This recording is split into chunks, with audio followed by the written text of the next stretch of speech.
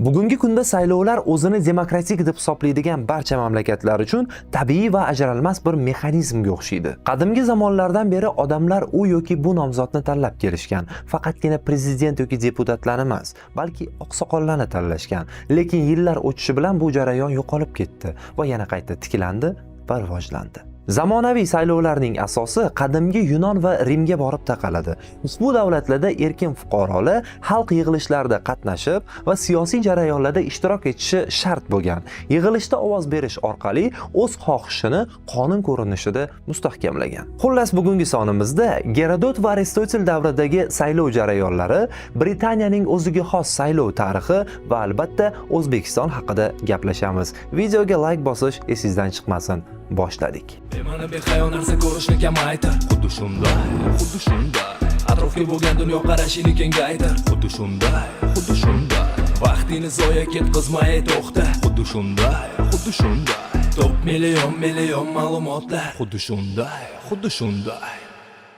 Qadimgi Gretsiyada qanchalik g'alati bo'lmasin, mansabdor shaxslarni tanlashning eng yaxshi usuli qur'a tashlash deb hisoblangan. Bundan tashqari, ushbu ovoz berish usuli deyarli har qanday fuqaroga shahar siyosatini boshqarishda faol ishtirok etishga imkon bergan. Yunonlarning qur'a tashlash samaradorligiga bo'lgan ishonchi shunchalik yuqori bo'lganki, deyarli barcha lavozimlarga nomzodlar shu tarzda tanlangan. Saylanganlar jamiyat va davlat hayotining juda xilma-xil sohalari uchun javobgar bo'lishi mumkin edi. Masalan, mahalliy bozorda tarozilarning to'g'riligini tekshirish yoki un va don narxi oshib ketmasligini kuzatish. Biroq qadimgi Yunonlar bunday usulning kamchiliklarini ham bilishgan. O'z manfaatlarini o'ylaydigan va qobiliyatsizlar saylangani bo'yicha doimiy bahslar bo'lib turgan. Ushbu muammoning yechimi sifatida ma'lum amalga saylangan shaxs faqatgina 1 yil davomida lavozimni egallashi belgilangan. Bu vaqt ichida u fuqarolarning doimiy nazorati ostida bo'lgan. Nomzodlar lavozimni egallashga loyiqligini isbotlash uchun juda qattiq tekshiruvdan o'tishgan. Vakolat muddati tugagandan so'ng har bir saylangan shaxs bajarilgan ishlar to'g'risida hisobot taqdim etishi shart bo'lgan.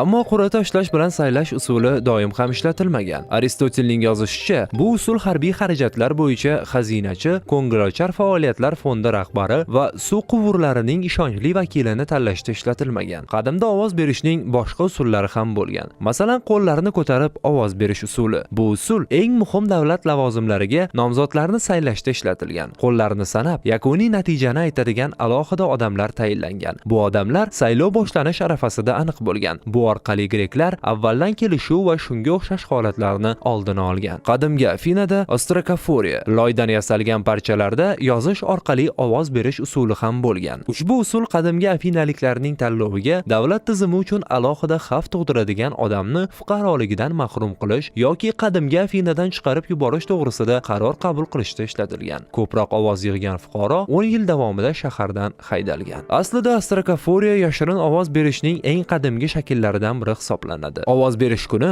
jarayon o'tkaziladigan joy har tomondan to'siladi. Belgilangan joyga kirishdan oldin har bir ovoz beruvchi loydan yasalgan parchaga o'z yozuvini qoldiradi. Shundan so'ng ovoz beruvchi saylov yakunigacha maydonchaning ichida qoladi. Bu uning yana bir bor ovoz berishini oldini olgan. Hamma ham ovoz berish huquqiga ega emas edi. Faqat fuqaro maqomiga ega bo'lganlargina ovoz bera olgan. Bunday maqomni 20 yoshga to'lgan, 2 yil armiyada xizmat qilgan va otasi ham fuqaro bo'lgan yigitlar qo'lga kirita olgan. Ovoz beruvchilar ro'yxati muntazam ravishda yangilanib turgan. Masalan, ba'zi talablarga javob bera olmaydigan odamlar, ya'ni o'zini keksa ota-onasiga g'amxo'rlik qilmaganlar, armiyaga borishdan bosh tortganlar va o'z mol-mulkini isrof qilganlar ovoz berish huquqidan mahrum qilingan. Qiziq.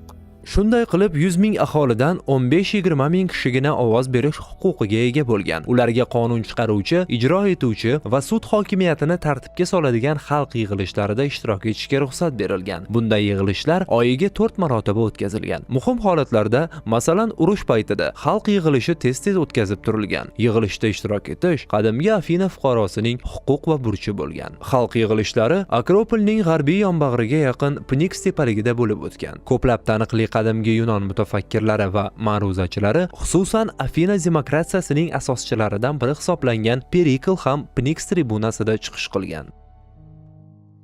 Rim Qadimgi Rimda sog'lom raqobatni saqlab qolish uchun nomzodlar saylovchilarga bepul o'yinlar o'tkazish, pul va non tarqatish orqali pora berishi taqiqlangan. Ushbu qoidalarni buzgan har qanday nomzod qattiq jazoga tortilgan. Hozirgidek Rimda ham nomzodlarni ro'yxatga olish va saylovoldi tashviqoti ovoz berish kunidan ancha oldin boshlangan. Muayyan lavozimga nomzod bo'lish istagini bildirgan shaxs tegishli magistratni bu haqida oldindan xabardor qilishi kerak edi. Magistrat o'z navbatida ushbu nomzodni saylov qonunchiligiga muvofiqligini tekshirishi va uni ovoz berish ro'yxatiga kiritishi yoki rad etishi kerak edi. Nomzodni ro'yxatga olish kuni saylovoldi kurash boshlangan kuni deb hisoblangan. Bu kun saylov kunigacha davom etgan. Boshqalardan ajralib turish uchun nomzodlar toza vijdon ramzi bo'lgan oq to'galar kiyishgan. Nomzodlarga Rim shaharlarining asosiy maydonlari bo'lgan bozorlar va forumlarda xalq bilan suhbatlashish imkoni berilgan. Saylovchilar bilan uchrashuvlarda nomzodlar xushmuomala bo'lishiga urinishgan. Har bir saylovchiga uning ismi bilan murojaat qilib, o'z nomzodlarini qo'llab-quvvatlashni so'rashgan. Barcha voyaga yetgan va erkin fuqarolar oddiy lavozimlarga saylanishi mumkin edi, ammo yuqori viloyat magistrlik lavozimlariga nomzodlarga qo'yiladigan talablar yuqori edi.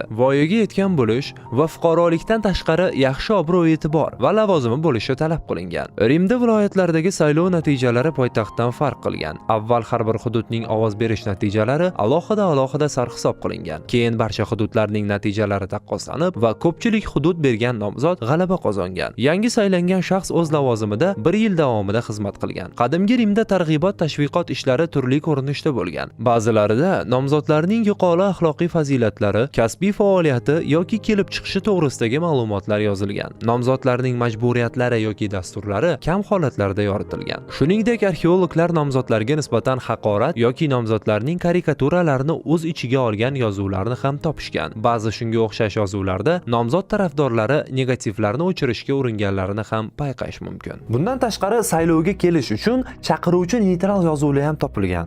Hozir men sizlarga misol tariqasida shunaqa yozuvlarni bittiktasini o'qib beraman. Qo'shnilar, uyg'oning va ampliata uchun ovoz bering. Agar hasad qilib yozuvni o'chirsangiz, kasal bo'lib o'lib qoling. Iltimos qilaman. Larey, Seya sekundani Dumvirlikka sayla. U ham seni tanlaydi. Agar halol hayot odamlarga foyda keltirsa, Lucretius Fronton hurmatga loyiqdir. Bu yozuvlar arxeologlar tomonidan qazilmalar jarayonida topilgan. Mana bunga o'xshash tashviqot idishlari oziq-ovqat bilan to'ldirilib, saylov oldidan kambag'allarga tarqatilgan. Idishlar tagida bu nomzodga ovoz berishga chaqiriqlar yozilgan. Chap tomondagi idishda xalq tribunalari saylovlarida kichik katonga ovoz berishga chaqirilgan. Ya'ni bu milatdan avvalgi 63-yil. O'ng tomondagi konsullar saylovlarida Katilin uchun ovoz berish so'ralgan. Bu esa milatdan avvalgi 66-yil. AQSh Amerika Qo'shma Shtatlari Konstitutsiyasi zamonaviy demokratiyaning dunyodagi birinchi rasmiy loyihasini ifodalaydi. George Washington 1789-yilda raqobatsiz prezident etib saylandi va 1792-yildagi saylovda ham o'z o'rnini hech kimga bermadi. Ammo 1796-yilga kelib siyosiy partiyalar ham mavjud edi. Bu yilgi saylov natijalariga ko'ra federalist John Adams prezident bo'ldi va respublikachi Thomas Jefferson esa vitse-prezident etib saylandi. 1800-yilda Jefferson va federalchilarning nomzodi Aaron Burr prezidentlik saylovlarida bir xil miqdordagi ovozlarni yig'ishadi. Kongress amaldagi hukmron partiya emas, balki ularning raqobatchisi bo'lgan Jeffersonni g'olib deb e'lon qiladi. Parlamentning bu qarorini mamlakat hayotida boshqa partiyalarni ham rolini oshirish va demokratiyani ta'minlashga urinish sifatida baholash mumkin.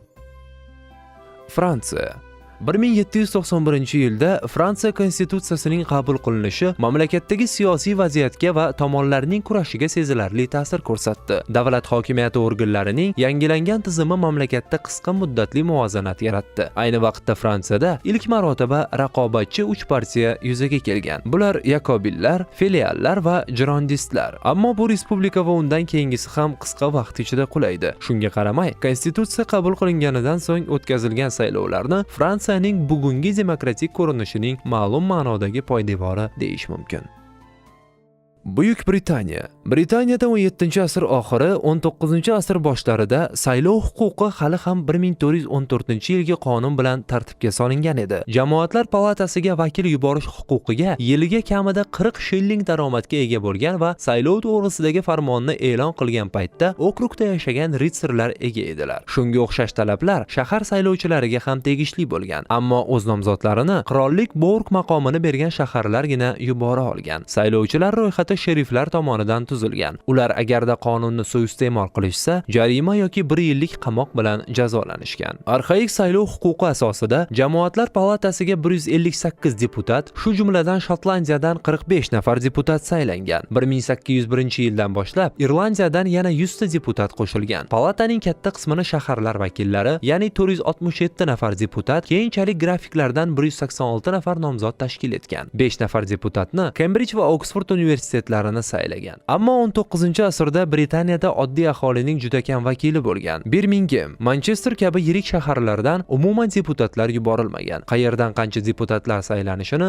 ma'lum shaxslar hal qilib yuboravergan. Oradan yillar o'tib dunyodagi aksariyat davlatlar demokratiya boshqaruviga birin-ketin o'ta boshladi. Bular qatorida 1991-yilda o'z mustaqilligini e'lon qilgan O'zbekiston ham bor. 32 yil davomida bir necha marta O'zbekistonda prezident, Oliy Majlis deputat va senati saylovlari bo'lib o'tdi.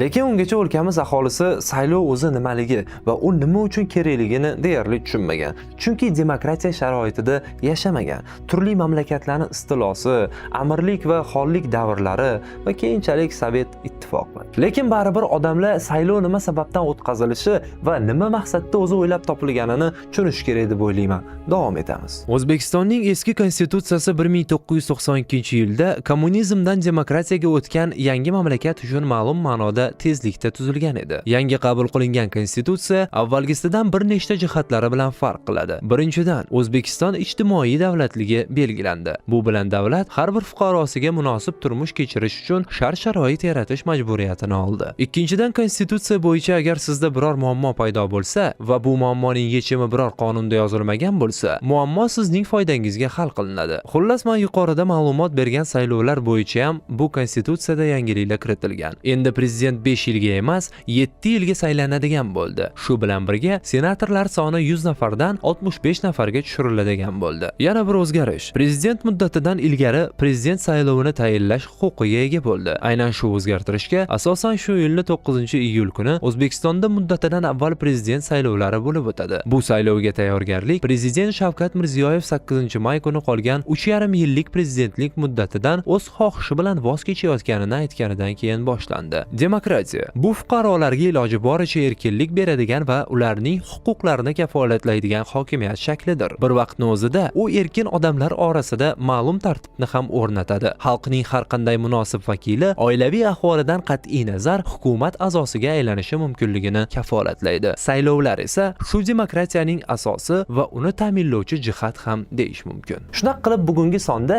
yaqinda O'zbekistonda bo'lib o'tadigan saylovi tarixi va shakllanishi haqida tushuntirib, gapirib bera oldim degan umiddaman. Like bosish sizdan chiqmasin, kanalga obuna bo'lmaganlar hoziroq obuna bo'ling. Siz bilan Kamina Mahmud bo'ldi. Xayr, ko'rishguncha. Ey stop, keyingi kadr, motor kamera. Bu ko'rsatuvda hatto qanot yozadi hammeram. Faqat qiziqarli fakt, foydali kontent kuzatar bizani pensioner yoki student.